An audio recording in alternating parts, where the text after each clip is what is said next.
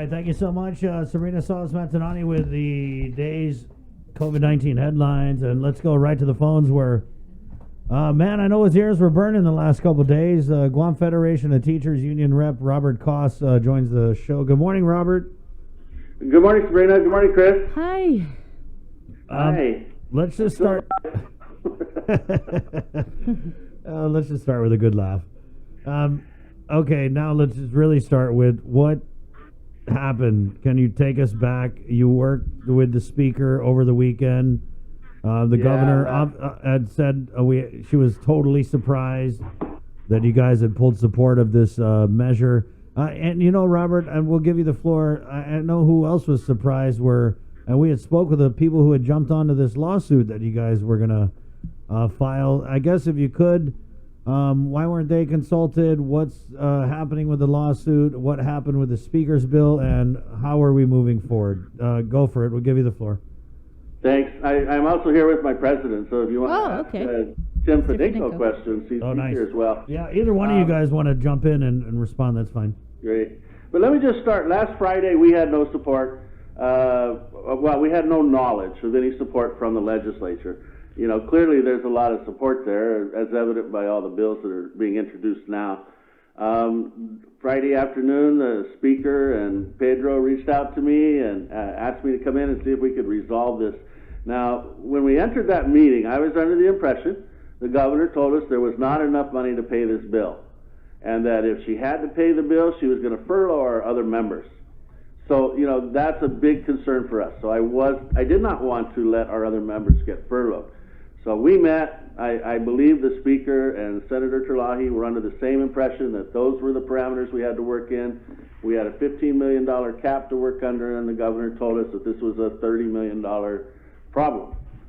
So, you know, we came up with a solution, and I just want to defend that solution because, you know, our employees are saying that we're giving them half. And you know, it really wasn't half. They would get double pay plus a vacation period, so it's actually more. But nonetheless, our membership is, you know, what it's all about. And our members made it clear to us that, you know, they want to be paid. Simple as that. They just simply want to be paid. Why weren't they polled? I met with the senators on Saturday, and by Monday they were calling me to a press conference. This thing just moved so fast. There just was not any opportunity at all. I didn't see it going down this way.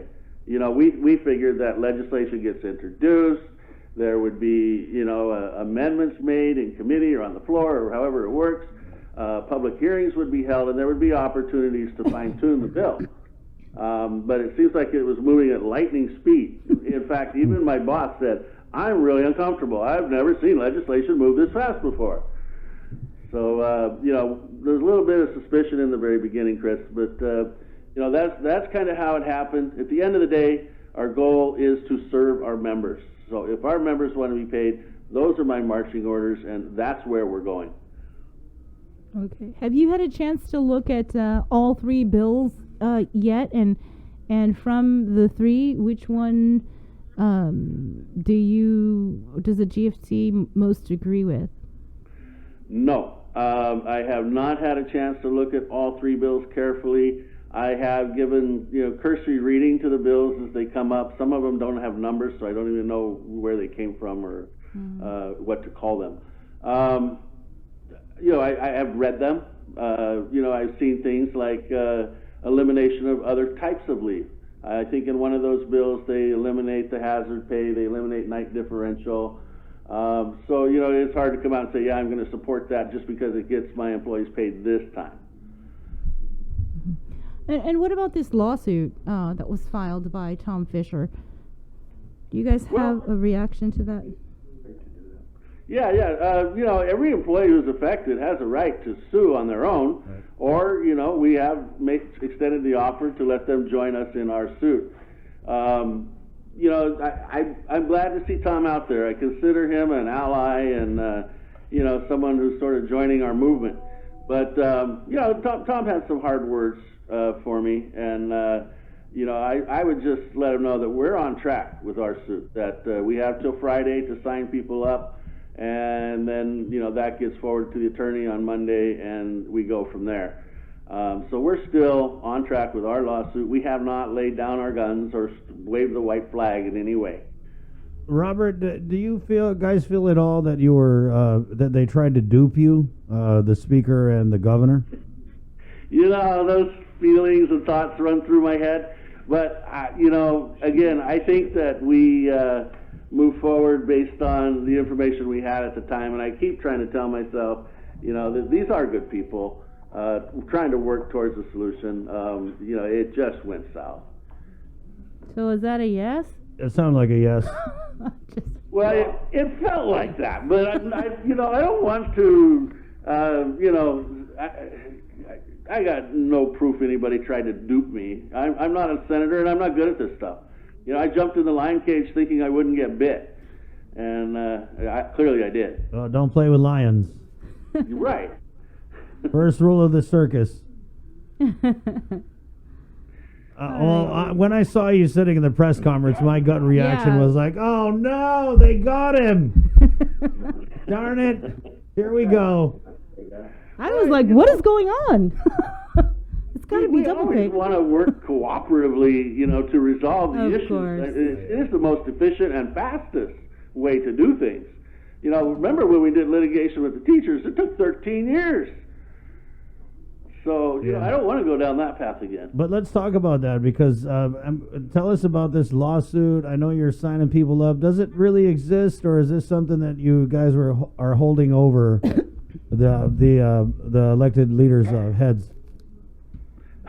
It really exists. We have retained an attorney. He has prepared pleadings. We have a process where we have thousands of employees, and it does take us longer to get those ducks in a row. You know, we're told we need to name our plaintiffs in this suit. Wow. Possibility that we may have to go back and file a grievance, and you know, we're looking at ways to get around that. But at the end of the day, we will pursue. You can't go the route course that that Fischers doing by this writ of mandamus. I'm not sure that's going to work. Mm-hmm. It's an extraordinary measure. It's only available when there are no alternatives. And, you know, even Fisher himself mentioned that this is a grievance. Mm-hmm. Yeah, you got to make sure all the processes have been adjudicated, for one, and number two, Robert's been and the field reps have been working well on this for months, right? I mean, who said this was an injustice? The Guam Federation of Teachers did. And if another attorney wants to jump on the bandwagon, I have no problem with that. But you know, we're like in the dark, kind of like everyone else is. We got threats of furlough. That's a serious matter from the governor, and we have a specified amount of pay. But then other people say there's all kinds of money. We don't know. You don't know. She said in her conference the other day, she doesn't know. So if we can get everything spelled out to what it was, the bill that you only get something rather than nothing is a good bill, but we want the best for our members. Even Senator San Augustine, I heard him this morning, his bill may be, and Chris, GFT may swerve towards his bill too. And there could be a new bill. It could be another bill. You know, I think I've never seen anything like this before. I don't think anyone has. You have bipartisan support from the legislative people. They need senators. They need to work. I mean, you have Jim Moylan down there with the nurses walking the line in support of their rally. You had Tina Munoz Barnes down there in support of their rally. I mean, everyone agrees that the front line needs to be paid, right? Well, not everyone. How much they get paid. Well, I know you. I think maybe, you know, deep down inside, the governor does too. She may be being fiscally responsible. You know, that's a threat. I don't know. We don't know, right? We're not involved. We get called in. We would have liked to have been called in from the beginning of this. Robert Cross and Dan Del Fiore have institution of knowledge about rules and regs, and they can help. We're willing to help, right? We don't want to throw stones. We work with Republicans, Democrats, it doesn't matter. But the thing is, our members need to be justly served. Right. It is, a lot of it is, Chris, you hit it on the head. A $1.60 raise for the nurse. Well, why is that a $1.60 raise? Because they're paid probably the lowest in the nation. And some hospitals even treat their nurses horribly, right? So the whole reset of this thing is, let's make it a better workforce. We're going to lose teachers next year. We don't know what the future is. Are we going to start school next year? Are people going to be furloughed? Is this going to be a mass exodus of the island? We don't know, but we're trying to make everything, even the businesses, contrary to belief, I'm concerned about businesses, restaurants that I enjoy going to. I mean, we were going into the bill with Tina Munya-Barnes and Senator Terlahi about trying to do the best for the island without bankrupting the island. But if there's all kinds of federal money, hey, we would like that money too, right? And to me, everyone needs to just get together and be a little bit more open about what is reality about. How much do we have? Senator San Augustine's kind of getting to the point. Well, where are we at here? Well, yeah, I think you hit it right on the nail. We need to get together, but that hasn't happened since this whole COVID pandemic started. So, yeah, at what point are we going to stop all this stupidity and get together and just be transparent and let everybody know this is what we have, this is how much money we have, how can we pay the double time, how can we do this? Mm-hmm. But, mayors have been complaining, senators have been complaining. We had a one-sided informational briefing last week. Tomorrow we have an oversight hearing. Who's to say who's going to show up and who's not? And whether or not these senators will go that extra step and subpoena people to show up. That's kind of what I feel like. I mean, we're at this place. We're here talking about double time when we heard that the governor was going to use CARES Act funding, which we have. I think the point Sabrina's trying to make, and I know you guys know it too, is that are we really trying to still play nice? Haven't they shown that they don't want to pay the double pay? I mean, we have these government employees and these essential frontliners who, I mean, to me, it's an insult to their intelligence to assume that they weren't going to ask for the double pay when they all were working under the idea that they were getting it. So at what point, and this is what I want to ask you guys, at what point... It's sad when you see nurses on the street protesting. I mean, is that really where we're at? We got a nurse for a governor and the nurses are out there picketing. It's crazy. But at what point, guys, how many weeks into this pandemic did you really start to hear the grumblings from your members in terms of, we're not seeing this on our paycheck, no one is talking about it? They just floated this COVID differential pay, which is 25%. I mean, that's nowhere near the double pay. So at what point did you guys start to hear... we're hiring people? At what point were your members like, hey, what the hell is going on here? Yeah, Chris... Because we're 2 months into it, and now we're doing something, and I'm just wondering, was there any effort to have a conversation to be like, hey, Gov, do you know about this double pay thing that you're supposed to pay? Yeah, I anticipated this problem from the very get-go. But for me, the damage period would be the P-Core 1 period. And so I wanted to lay low until the damage was done and then pursue the whole thing all at one time. But employees are smart. And it only took them until their first paycheck to realize that they were not being properly compensated. And it was that first payday after the emergency period began that public employees started raising the roof. And of course, we have to respond. So this thing got way ahead of me. Like I said, it's been moving very, very fast from the very beginning.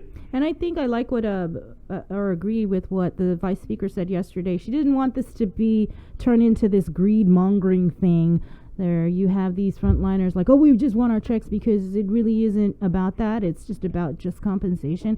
And I don't think any of them, when the emergency was declared and the government was closed, said, oh, well, it's closed, we're not going to go to work. When, that's their job. And risking their lives and exposure. Yeah, none of them said, "Hey, hold on, you're calling us in. Wait, are we going to get the double pay or Yeah. not? Because if we're not getting it, we're not going." No one said that. They didn't even say where you want us. They just showed up. You know. So how many people are have signed up and then for the lawsuit? It's between 500 and 600. Between 500 and 600 at this point. Wow. Wow. We were signing up 100 people a day until I did the press conference, and then people stopped signing up. Yeah. So you guys are still Stop. having They stopped people. signing up and started sending you hate mail, or Yeah, that's exactly right.